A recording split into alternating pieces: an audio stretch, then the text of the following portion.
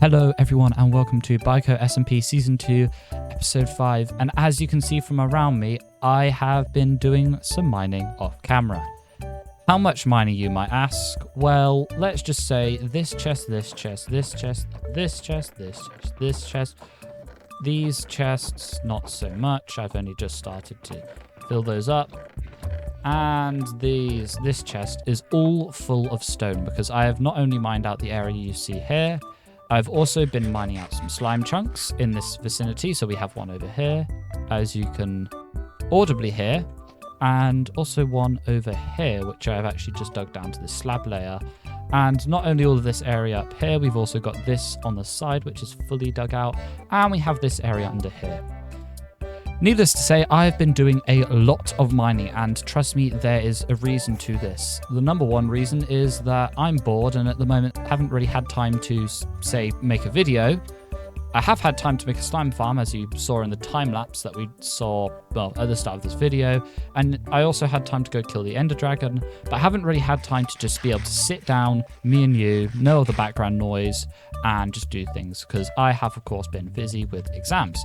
Now, in this episode, I hope to accomplish a few things. The first thing is expand my slime farm to include these here two slime chunks, because I believe that if I was to dig both of these out, slab them off at the bottom, then I would still be hurting my spawn rates, because at the moment, this farm here, while it's good, it's produced me a good number of slime balls, I'll show you that in a moment, is not perfect because its amount of spawning area is relatively little. It's only 4x4s here, and while it does mean that slimes do eventually manage to make it down, the fact that the iron golems in the center is taking up precious spawning spaces.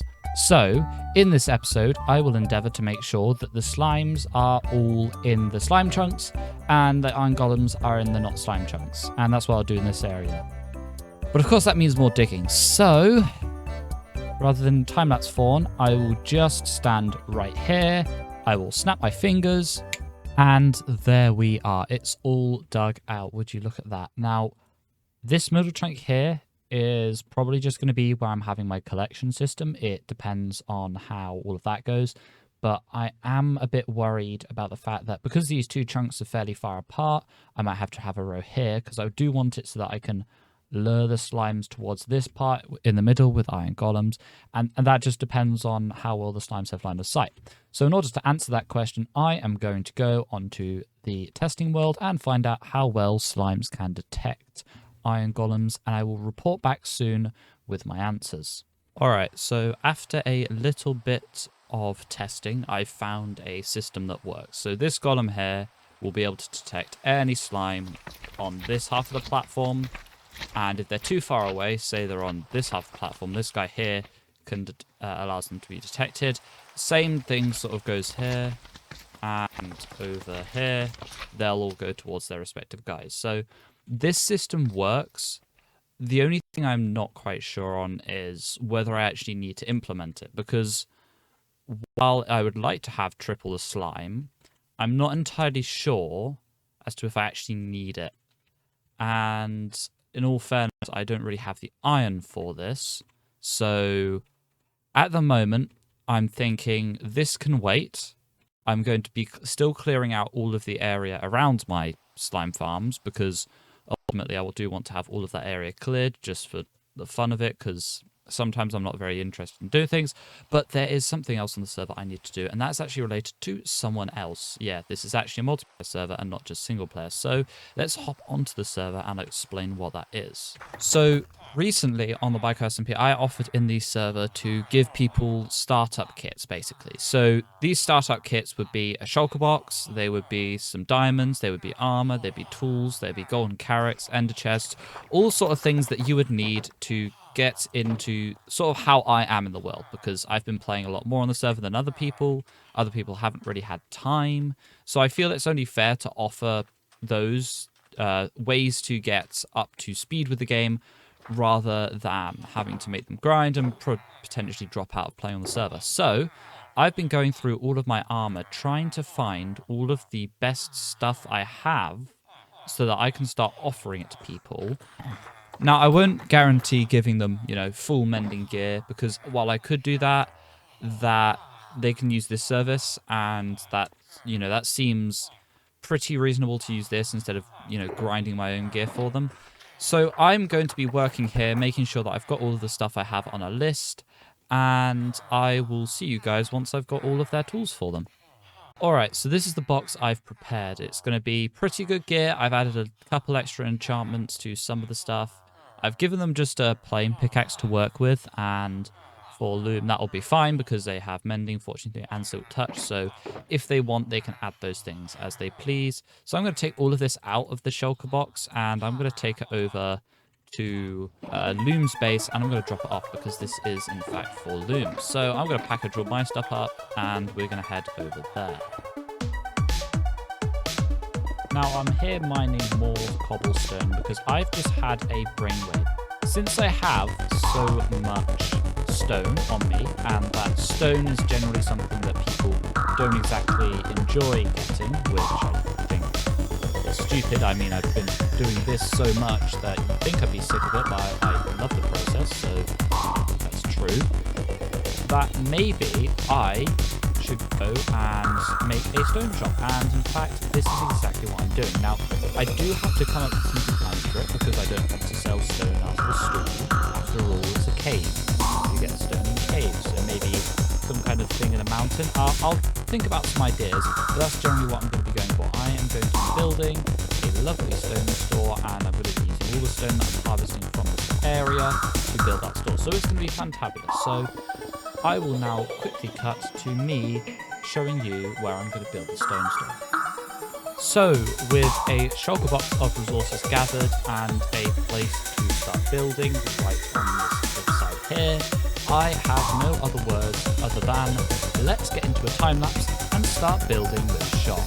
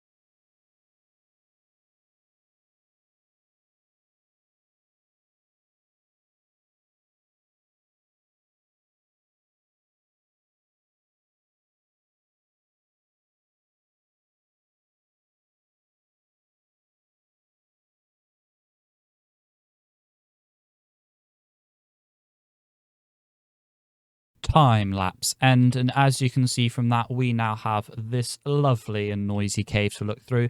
I've really enjoyed putting this together. It was sort of just a mishmash of place these blocks here, make sure it's sort of like defined, make sure it feels open but also cramped at the same time. I don't want people to feel like awkward walking through the cave, but also so that it feels like it's got plenty of space so you can have time in here. I tried including the ores. I think I really enjoyed that, and this little water feature here was definitely worth getting that water for.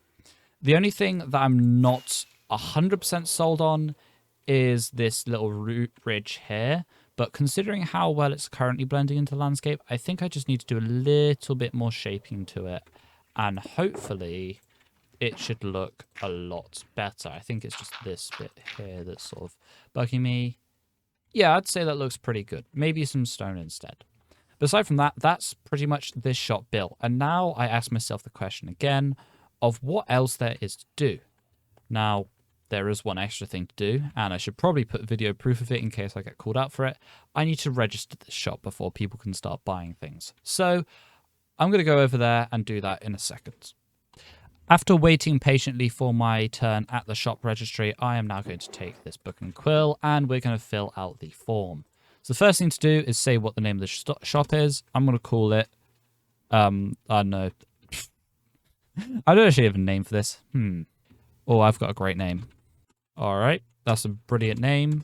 It's going to be selling stone, smooth stone, cobblestone, andesite, granite, granite, and diorite. 3, it is owned by me, Paperzlel. Okay, I'm just going to submit this anyway. But yeah, so now I've registered my shop, so now I can take a screenshot of it. I can send that to the Discord, and everyone can now know that the wonderful Caves shop is now open, and everyone can buy all the stone they need. And I imagine I'm going to sell out pretty quickly. It's because, in case you guys haven't seen, and I don't know when Axolotl's planning to put out their video, but that is a lot of stone. And I'm pretty sure they mined it themselves. And that's just like climate change. It is horrendous. Anyway, I'm going to stock the shop, and then it's going to be all ready for people of the server to use. So I'll see you in the next clip. So I've decided that I'm going to be building a mob farm, and in order to build that mob farm, I need to make the most horrendous pillar all the way out here. The main way this is going to work is basically I want the top of the mob farm to sort of go right at the edge of the industrial radius, and every farm is sort of going to go on the same symmetrical pattern. So over in the center, I can build out a squid farm over there, a drowned farm over there, a pig farm over there, whatever I really want to do basically in this area. And the reason I'm going with the mob farm is because normally it's the one thing that I need a lot of things from. So string, gunpowder, bones, arrows, sometimes even rotten flesh if I'm looking to trade up some new areas. So the main way I'm thinking of this is that I have this mob farm and I just use it to get some of those items into my storage system, and then I can finally wrap up this episode.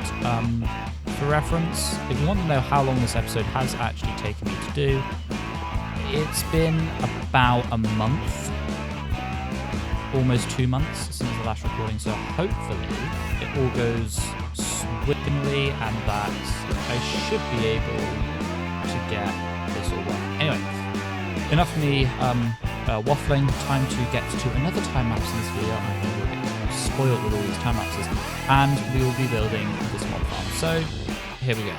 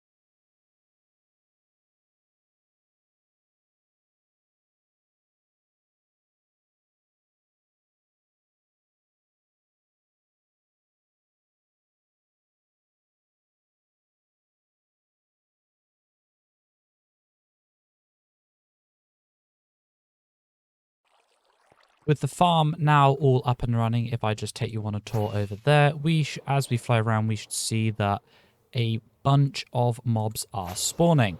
And this farm actually has a really good range. If I stand in the storage system over here, it's just out of the, like, some parts of the platform are out in the despawn area.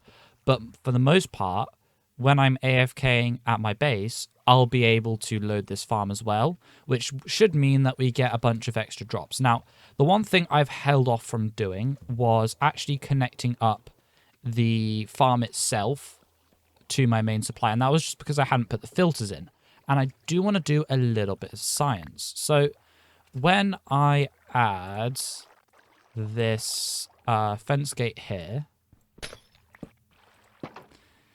what I want to know, or the one thing I wanted to know, is some mobs, like zombies, will drop jacket potatoes very rarely, and I want to see how long that stays in the system, because it doesn't have a spot.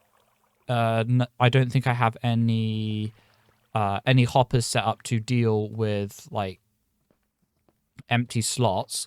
And as you can see, the farm is working wonderfully, even though the mobs aren't visually rendering.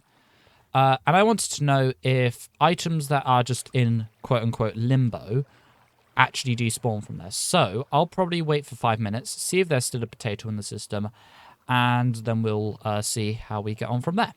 And of course, I need to AFK more so I can get more of the string. That's mainly what I'm after from this. String and kind of bones as well. So hopefully I get a bunch of those. Okay, a little bit of context for the next clip. I was over with Loom, who has recently joined back into playing on the server again. And we were just talking. They were having a problem with some of their mods being really weird. And they also have an iron farm. And I really needed iron for some of the projects I want to do here. So that's sort of how I'm going to end up with all this iron. So I'm going to get my diamond box out. Take all the diamonds out. So how much iron are you willing to give me? You can have as much as in that double chest if you really want it. I don't need iron. Ah, how convenient. Right, okay. I'll have a look. Okay, that's like... Okay, so I'll say I'll take these 4 rows. So I'll take the 36 stacks of iron. Alright. And for that, I will give you... I'm trying to think what a good price for iron would be, and if I'm doing a bulk deal. Okay, for the 36 stacks of iron, I will give you 8 diamond blocks. Alright, yeah, I'll take that. That's 2 diamond blocks per row, so like 4... Oh, my inventory is full, that's what happened. Yeah, my inventory's also pretty full, so I'm going to have to make these into blocks first. But yeah, thank you very much. Great to see someone else on the server that isn't Axolotl AFKing, I've got to say. And now that I've just remembered, I got a bunch of iron from Loom, as you saw on that clip that I probably just played. So I'm going to use some of the many logs that I got from my thing. Oh, yeah, apparently someone came along and wanted to buy some dark oak logs off me. I didn't know, but they've paid, so that's cool. Yeah, I'm just going to take a stack of dark oak logs, make up some hoppers, and then we should be able to get these systems sorted. I completely forgot to do that in the meantime, so yeah. And I forgot to get chest. I'll see you guys in a moment. Well, it was going around rapidly fairly recently, and now it just seems to have disappeared. So I'm assuming that potatoes will actually despawn. And I've also gone ahead and changed the trapdoors to the pressure plates to fence gates, just because items would be making slight sounds as they went across, and just so that I can have my sanity, I've changed that. So now it is just fence gates. Hopefully up here is, well, the water stream's a lot quieter. Aside from this area. Okay, I missed this one. Okay, so experiments now all done, and the system is working wonderfully. One thing I will say is that I don't expect to keep these in the next episode. It may well be that I have 2 chests of gunpowder, you know, 2 chests for bones, 1 chest for arrows, a couple chests of string, 1 chest for like rotten flesh, and some point I might need to make a disposal system because I will need to get rid of some of this. But for the most part, that is pretty much everything I wanted to do for this episode. I'm actually really happy to finally have gotten this done. It's been a long one in the making. I know that for some of you guys, you may have been waiting for, what, like 2 months? And I swear I'm going to try to make more regular content. This was more a case of I had exams and then I didn't really have much of an idea of what to do when I came back to making content. So yeah, that's on me. But hopefully you have enjoyed this video nonetheless. I do hope that you enjoyed. If you really enjoyed, please feel free to hit the like button. And if you really enjoyed it, subscribe so you see more of my content. And I will see you guys in the next episode. Goodbye.